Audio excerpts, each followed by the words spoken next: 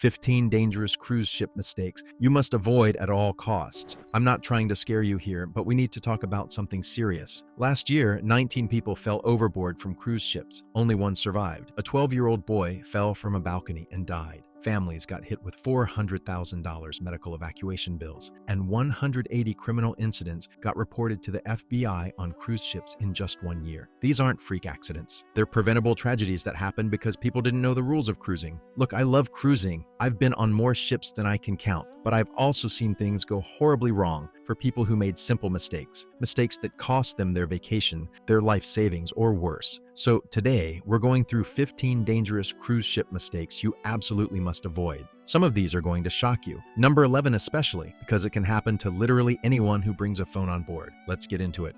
Number 1, thinking you can't fall off a balcony.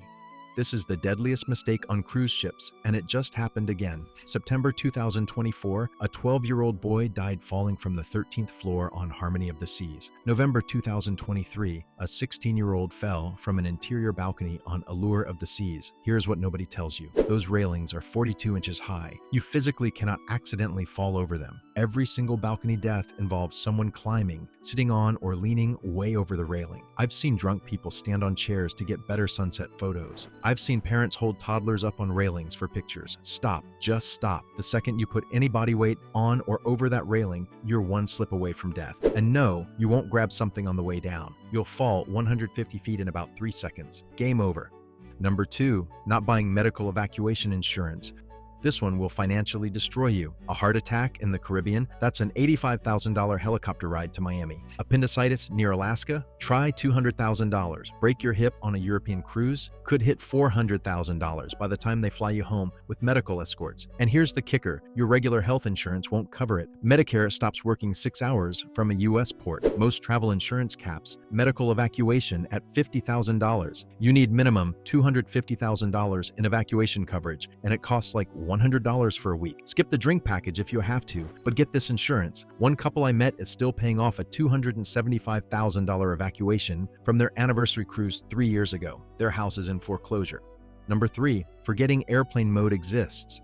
This mistake is costing people thousands, and they don't even know it's happening. A couple just got hit with a $2,349 phone bill after a Carnival cruise. They thought they were using the ship's Wi-Fi. Nope, their phones were connecting to satellite towers the whole time at $15 per megabyte. Your weather app updating in the background? That's $50. Instagram refreshing? $200. One guy's phone did an iOS update overnight and cost him $6,000. The ship's cell tower is called Cellular at Sea, and it's the most expensive data on planet Earth. Turn on airplane mode the second you board, then manually turn on just Wi-Fi. If you forget this, your next credit card statement might make you need that medical evacuation.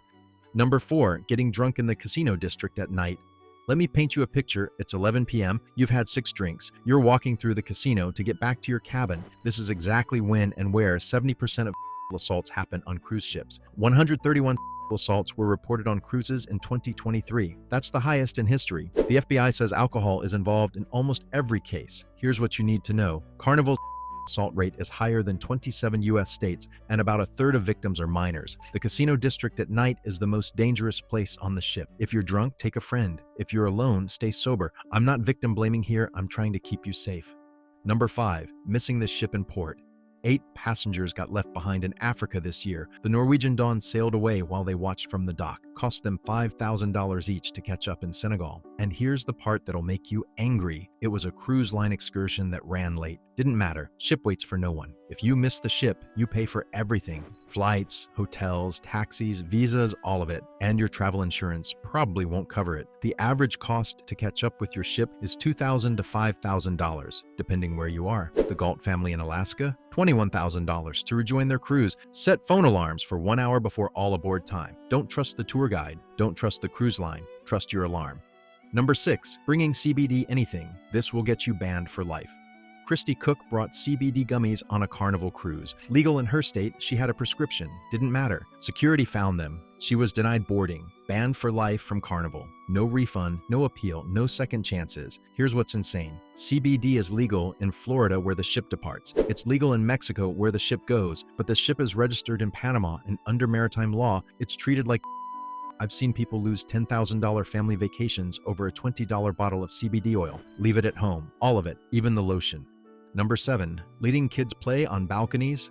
I don't care how mature your kid is. I don't care if you're watching. Balconies are death traps for children. That 12-year-old who died, he was with his family. They were right there. Kids climb everything. They squeeze through gaps adults can't. They think they're invincible. A moment of distraction, that's all it takes. Some parents think those plexiglass barriers make it safe. Wrong. Kids climb those too. If you have a balcony cabin with kids, keep that door locked unless you're physically between them and the railing. Better yet, don't get a balcony. The view isn't worth a funeral.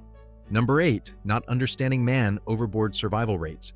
If you go overboard, you have a 17% chance of survival. That's it. 19 people went overboard in 2024. 1 lived. Here's why. The ship needs a mile to stop. By then, you're invisible in the waves. Water temperature, if it's under 70 degrees, you've got maybe 2 hours before hypothermia kills you. Sharks? Yeah, they're down there, but you'll probably drown first. Most overboards happen at night when someone's drunk. They lean over to puke, or they're showing off, or they think it's funny to pretend to jump. One guy jumped off the 11th deck for an Instagram video. He survived, but got a lifetime ban. The 30-year-old who fell in April, his family accidentally filmed it happening. He's gone.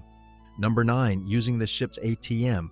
Those ATMs charge $10 per transaction. Your bank charges another $5 for using a foreign ATM, but that's not the dangerous part. The dangerous part is when you use a credit card for a cash advance. Now you're paying the ATM fee, your bank's cash advance fee, plus immediate 29% interest with no grace period. One woman needed $500 for the casino, cost her $750 by the time she paid it off. And here's something worse. Those ATMs are constantly running out of money. I've seen people stranded in ports because the ATM was empty and they had no cash for taxis. Bring cash from home. Hide it in different places. The ATM is emergency only.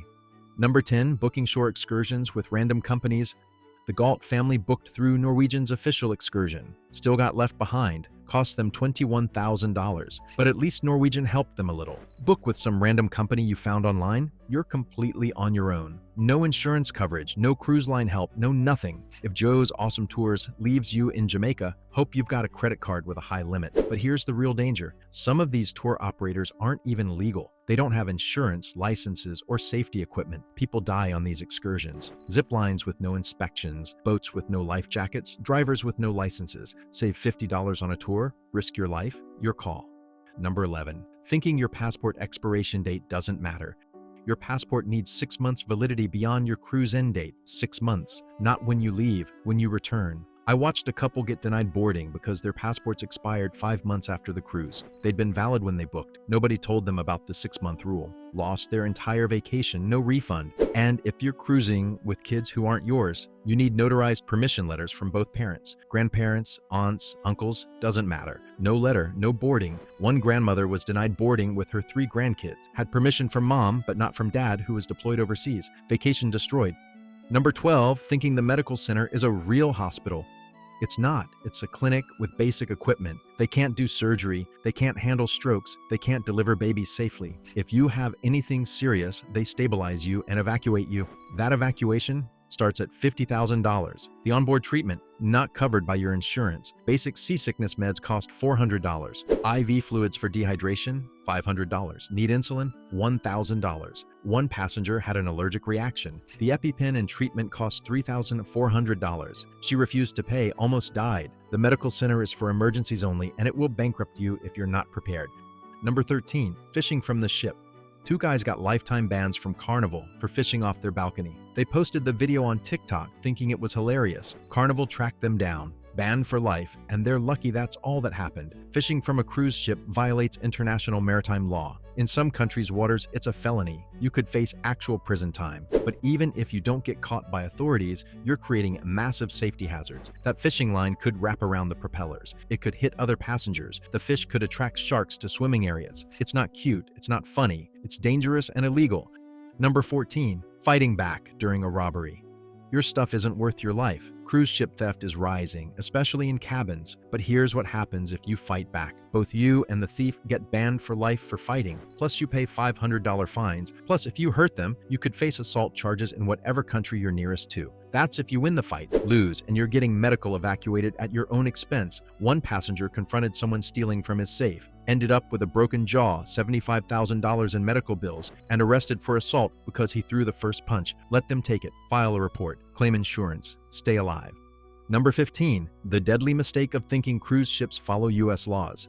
They don't. Once you're in international waters, you're in legal no man's land. The ship is registered in Panama or the Bahamas. You're in Mexican waters. The crew is from the Philippines and something bad happens. Good luck figuring out whose laws apply. The Death on High Seas Act says if you die in international waters, your family can only sue for funeral costs. That's it. No pain and suffering, no lost wages, nothing. Sexual assault cases get tried in federal court if they get tried at all. The conviction rate is almost zero. That crew member who assaulted you, they'll be transferred to another ship before you even file a report. The cruise line's liability is capped by 1850s maritime law. Yes, 1850s. You have fewer legal rights on a cruise ship than almost anywhere else on Earth. Here's the bottom line. Cruising is statistically safe. Your odds of dying are about 1 in 6.25 million, but that statistic is meaningless if you're the one making these mistakes. That 12-year-old boy who fell, his parents thought balconies were safe. Those people with $400,000 medical bills, they thought their health insurance would work. The passengers with $6,000 phone bills, they thought airplane mode was optional. Every single tragedy I've talked about was preventable. Every bankruptcy, every death, every assault, they all started with someone not knowing the rules. Well, now you know. You know that railings kill kids, that evacuation insurance is mandatory, that your phone is a financial time bomb.